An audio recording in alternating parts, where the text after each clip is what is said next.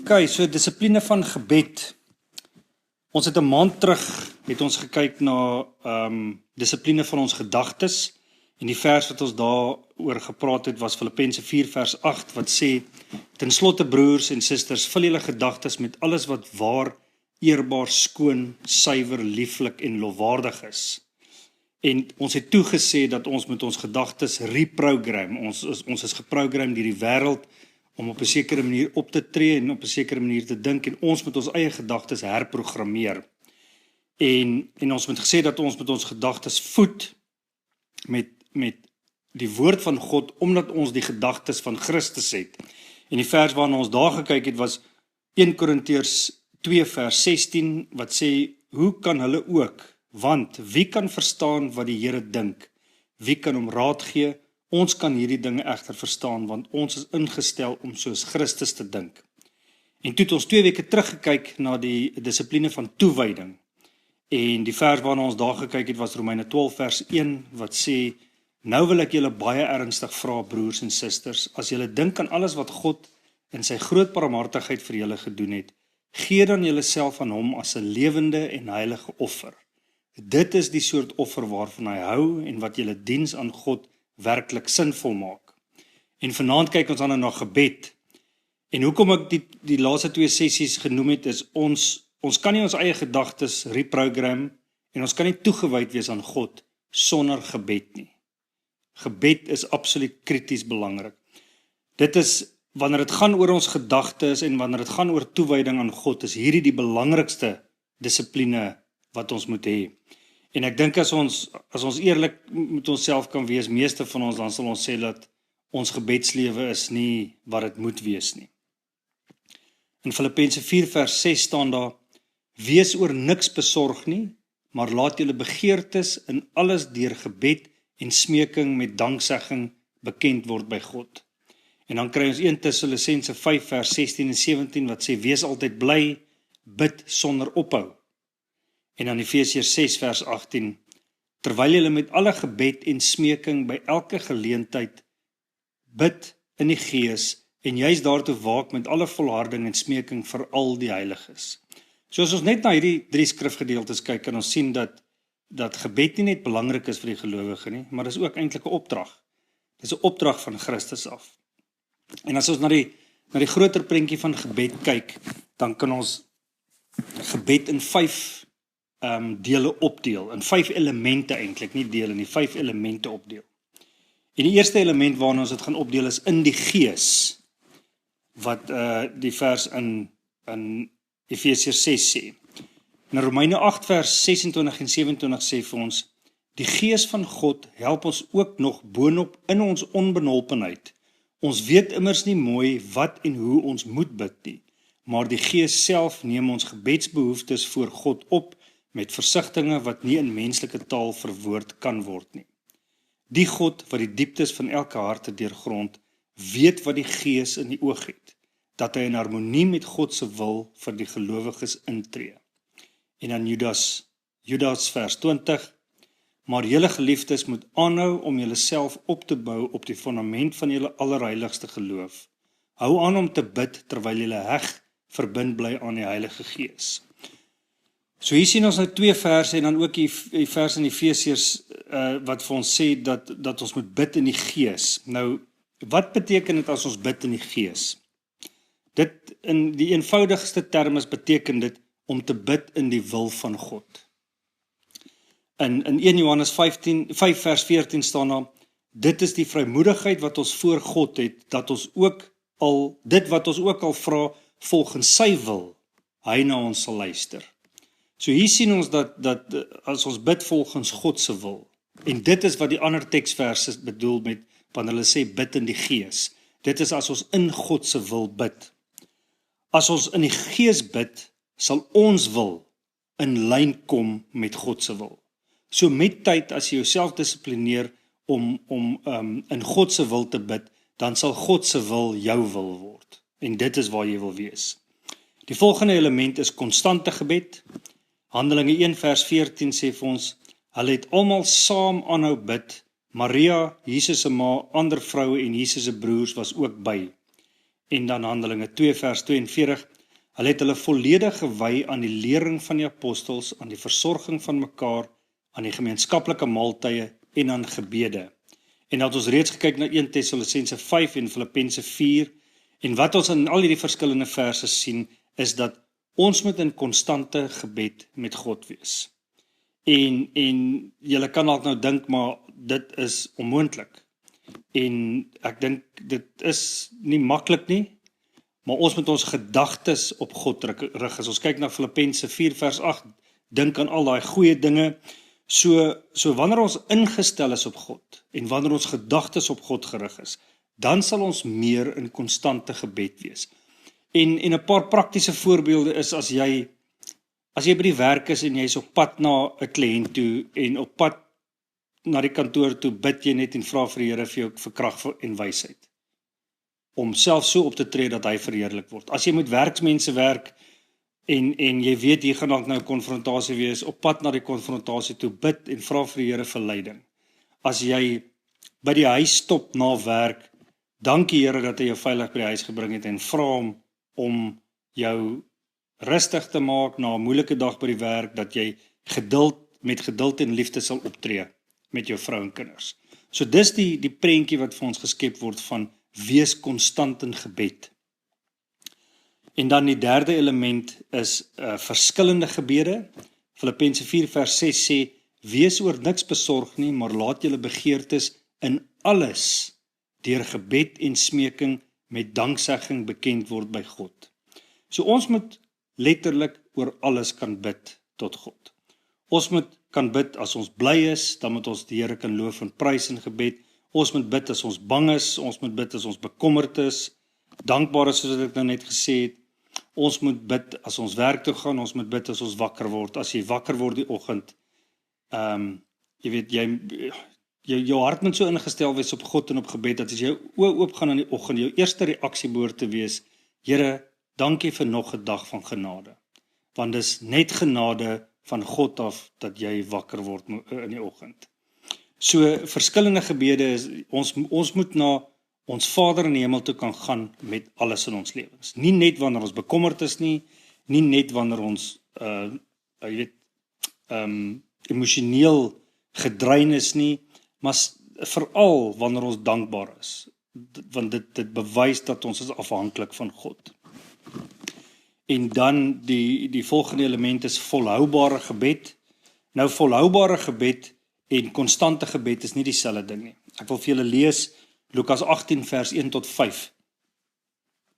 Jesus het vir hulle 'n gelykenis vertel om aan te toon dat hulle moet aanhou bid sonder om moedeloos te word. Hy het gesê, in 'n sekere stad was daar 'n regter wat God nie geëer het en sy medemens nie gerespekteer het nie. Daar was ook 'n weduwee in daardie stad wat aangehou het om hom te vra, laat aan my reg geskied in my saak teen my opponent. Vir 'n tyd lank was hy onwillig, maar hy het naderhand vir homself gesê, al eer ek God nie en respekteer ek ook nie my medemens nie, omdat hierdie weduwee my so onophoudelik tuister, sal ek haar saak behartig, anders sal sy my nog heeltemal gedaan maak.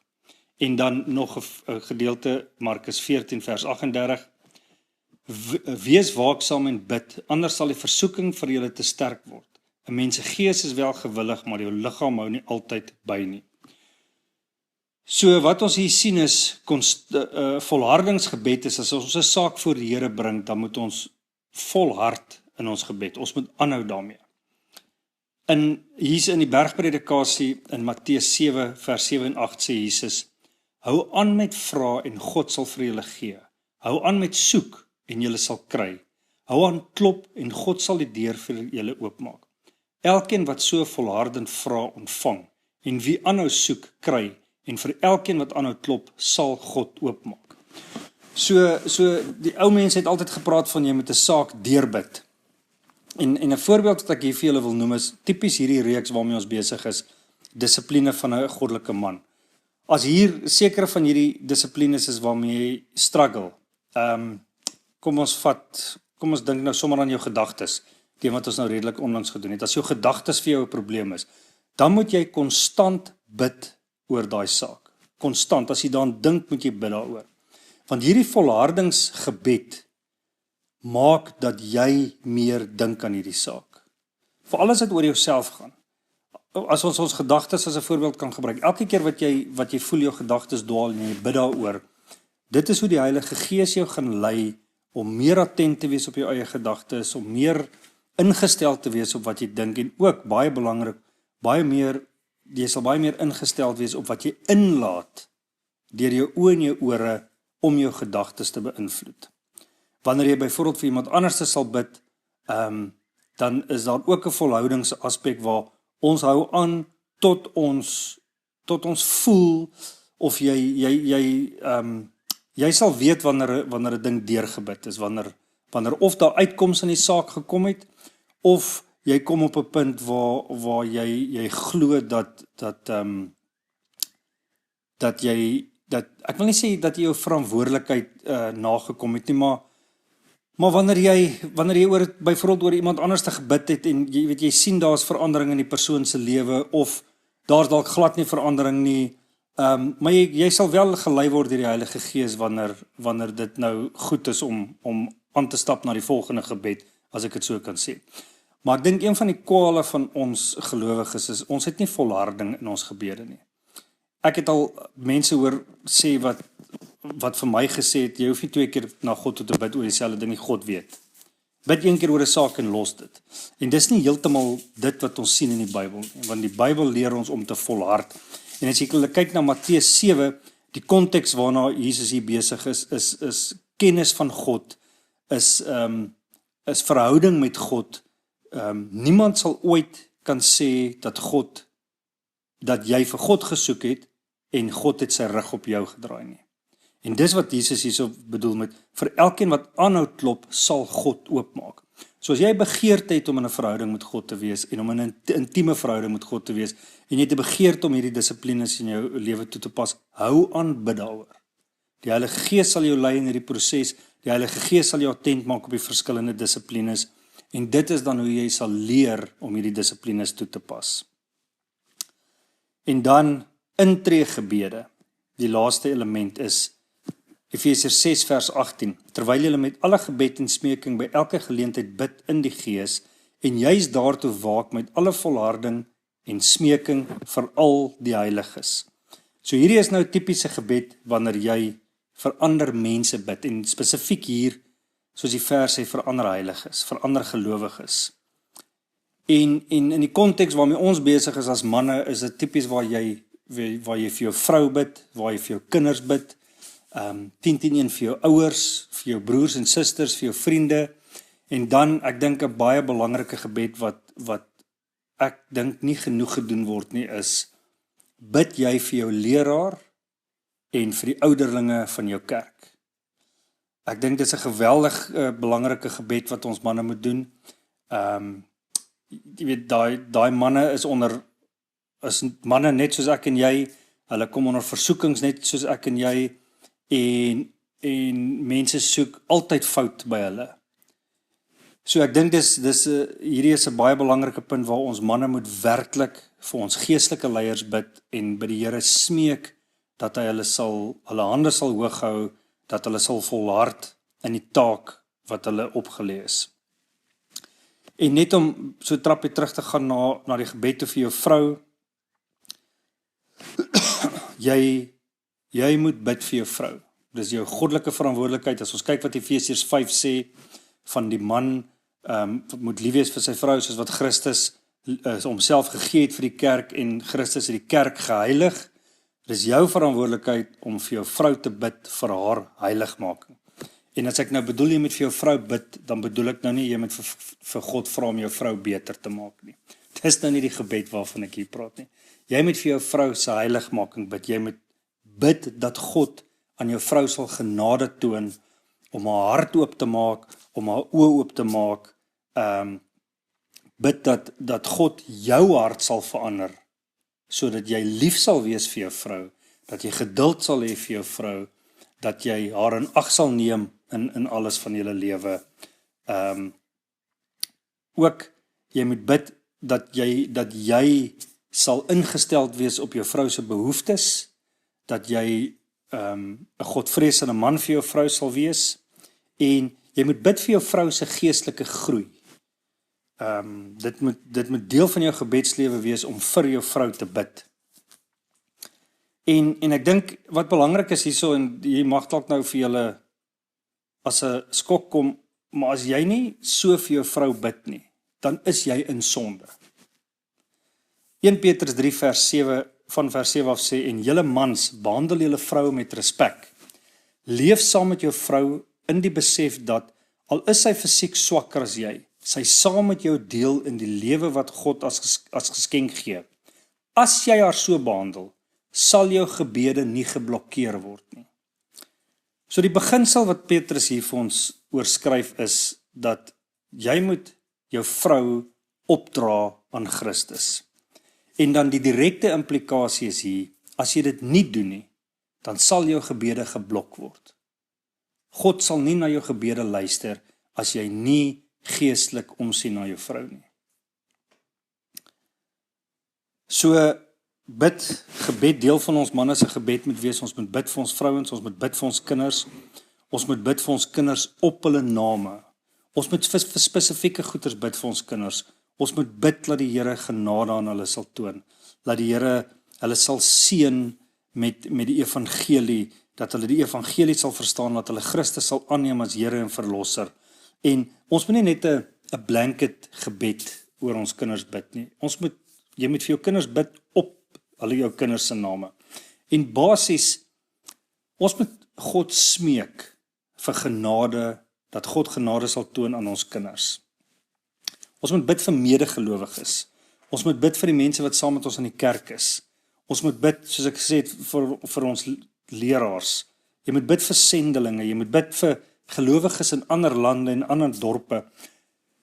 Dit is interessant, ek weet nie wie van julle dit weet nie, maar ons lewe in 'n tyd, die era waarin ons lewe, is die era in die kerkgeskiedenis waar die meeste gelowiges vervolg word. Nog nooit in die geskiedenis van die kerk in die laaste 2000 jaar was daar so baie gelowiges tot die dood te vervolg, soos in die tyd waarin ons lewe nie. En ons moet bid vir daai mense. Ons moet bid vir misleide gelowiges. Daar's baie mense wat werklik tot bekering gekom het, maar hulle is mislei deur valse leringe.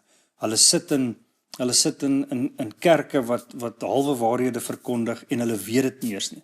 Ons moet bid dat God aan hulle genade sal toon. En dan moet ons vir mekaar bid.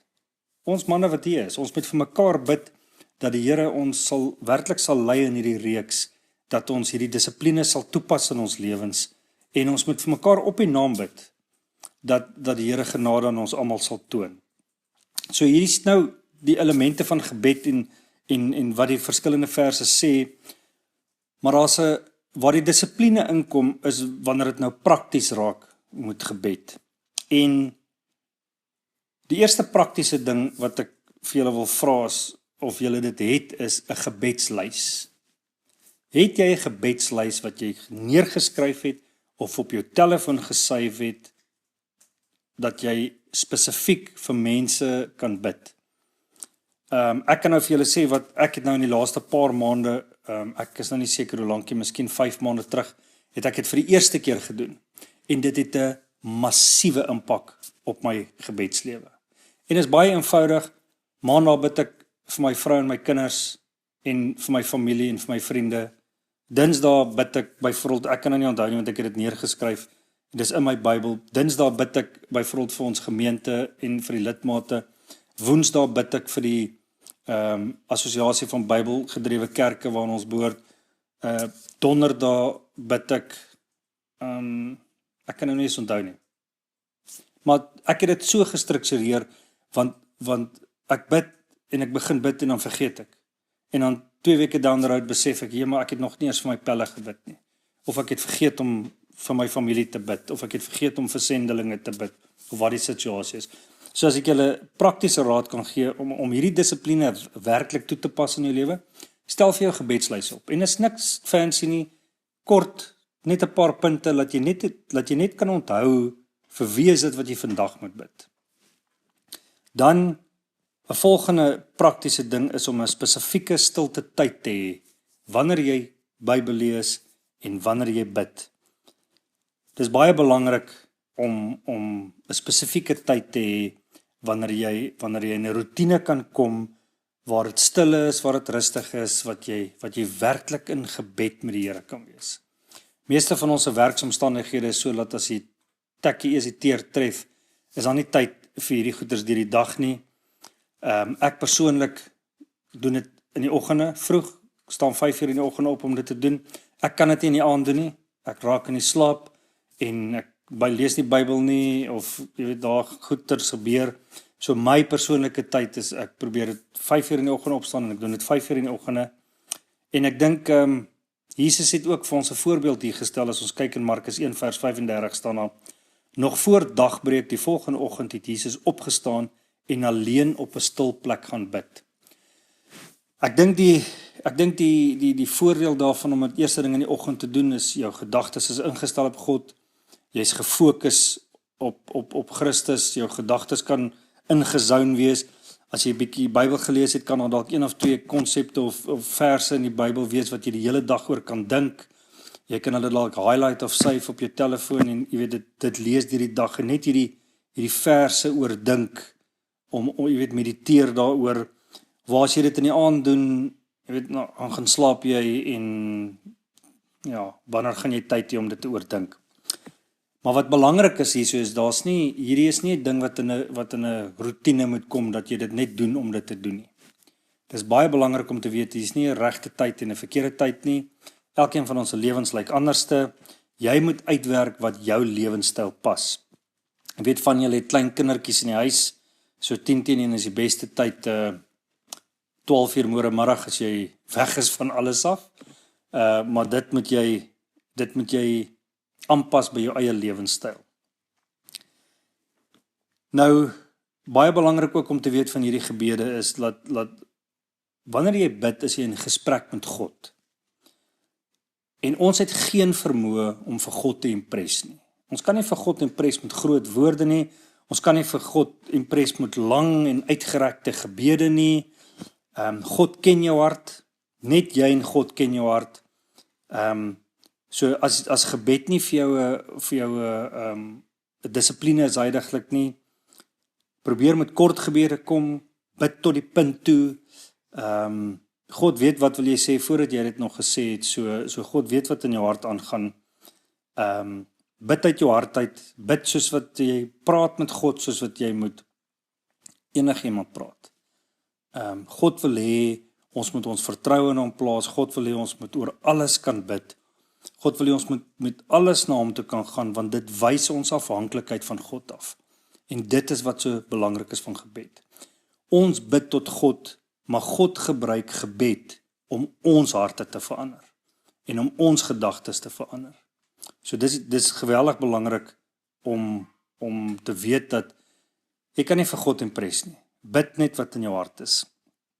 En dan om af te sluit, hierdie dissipline van gebed vat baie commitment. Hierdie vat dissipline. En ons moet onthou die gesprek wat ons 2 weke terug gehad het oor toewyding. Die vraag wat jy vir jouself moet vra is, hoe committed is jy tot 'n persoonlike verhouding met God? Want jou gebedslewe wys vir jouself hoe committed is jy tot hierdie verhouding. En dan is dit ook, hoe committed is jy om gehoorsaam te wees aan God? Want ons kan baie duidelik sien in hierdie skrifgedeeltes dat gebed is 'n opdrag vir ons, maar dit is ook 'n standaard. Dit is iets wat 'n standaard behoort te wees in enige gelowige se lewe. So hierdie gaan baie dissipline vat om dit in jou lewe toe te pas.